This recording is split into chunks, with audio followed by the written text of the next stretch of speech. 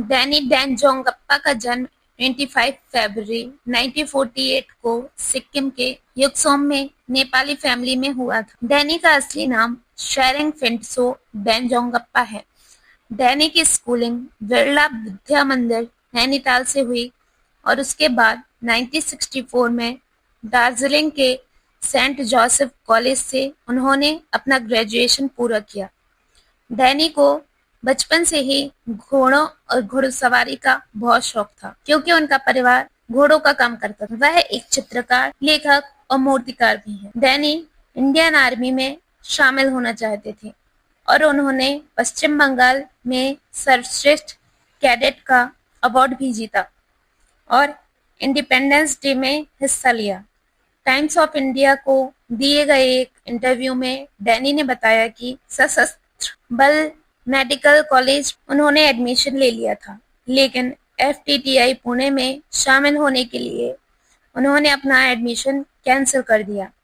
उनकी उस समय की क्लासमेट जया भादुरी थी। उन्होंने डैनी को अपना नाम बदलने की एडवाइस दी और कोई सिंपल सा नाम रखने के लिए बोला। फिर शेरिंग फिंटसो डेंजोंगप्पा ने अपना नाम डैनी रख लिया, क्योंकि उनका नाम कुछ लोगों के लिए बोलना कठिन हो गया था। उन्होंने 1971 बी आर इशारा की मूवी जरूरत से अपना बॉलीवुड डेब्यू किया। उन्हें गुलजार की मूवी 1971 की मेरे अपने में पॉजिटिव रोल किया और बी आर चोपड़ा की 1973 की धुंध उनकी पहली नेगेटिव रोल वाली मूवी थी। उनकी सबसे फेमस नेगेटिव रोल्स धुंध, 36 घंटे, बंदिश, जी और जीने दो, प्यार झुकता नहीं, आंधी तूफान, अग्निपथ, हम, क्रांतिवीर जैसी बहुत सारी मूवीज रही हैं। 1980 के दशक की शुरुआत में उन्होंने फिल्में छोड़ने के बारे में सोचा था। एक इंटरव्यू में उनसे पूछा गया कि उन्होंने फिल्म डायरेक्ट करने का फैसला क्यों किया, तो वो बोले, मुझे याद है कि 1980s के दशक में मैं अपनी फिल्मों से ऊब गया था। उन दिनों हर विलेन डाकू होता था और मुझे याद है कि मैं सेट पर जाता था जहां तिवारी नामक एक अभिनेता मेरा गुर्गा था और मेरा अड्डा लालटेन वाली गुफा थी। आपको शायद ही पता होगा कि अगले दिन मैं दूसरे सेट पर गया और मैंने देखा कि तिवारी फिर से मेरा गुर्गा था और वही लालटेनें मेरी गुफा थी। मैंने खुद से पूछा कि मैं ये क्या कर रहा हूँ। मैंने मुंबई छोड़ दिया। मैंने बहुत सारी ट्रैकिंग की और कुछ साल तक फिल्में नहीं की। मैंने एनएनसीपी को एक स्क्रिप्ट के बारे में बताया जो मेरे दिमाग में थी। उन्होंने मुझे डायरेक्शन करने के लिए कहा।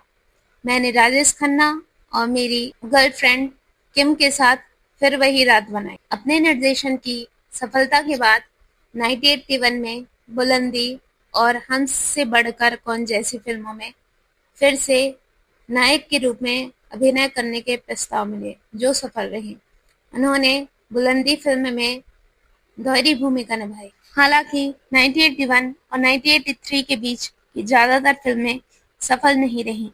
वे अपनी हाल ही में रिलीज हुई फिल्म अभी तो जी ले फ्लॉप होने की वजह से निराश थे, जिसमें तू लाली है सवेरी वाली जैसे फेमस सॉन्ग थे। इसलिए डैनी ने एज सपोर्टिंग एक्टर के रोल्स लेने शुरू कर दिए। वे अक्सर अपनी वास्तविक उम्र से काफी बड़े किरदार निभाते थे।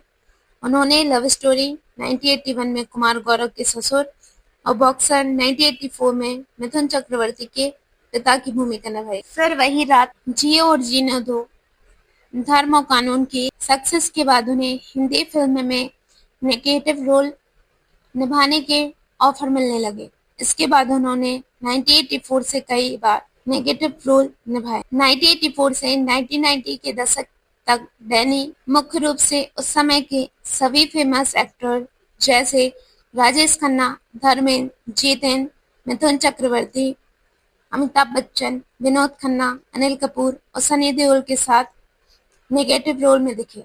उन्होंने एक इंटरव्यू में बताया, अगर मैं राजेश खन्ना के साथ 4 विशेष नकारात्मक भूमिकाएं फिर वही रात, धर्म और कानून, बंदिश और आशिक हूँ बहारों का नहीं की होती तो लोग मुझे खलनायक की भूमिकाओं के लिए नहीं चुनते। उनकी सबसे फेमस नेगेटिव कैरेक्टर्स। एक समय था जब वे कंटिन्यू नेगेटिव रोल कर रहे थे।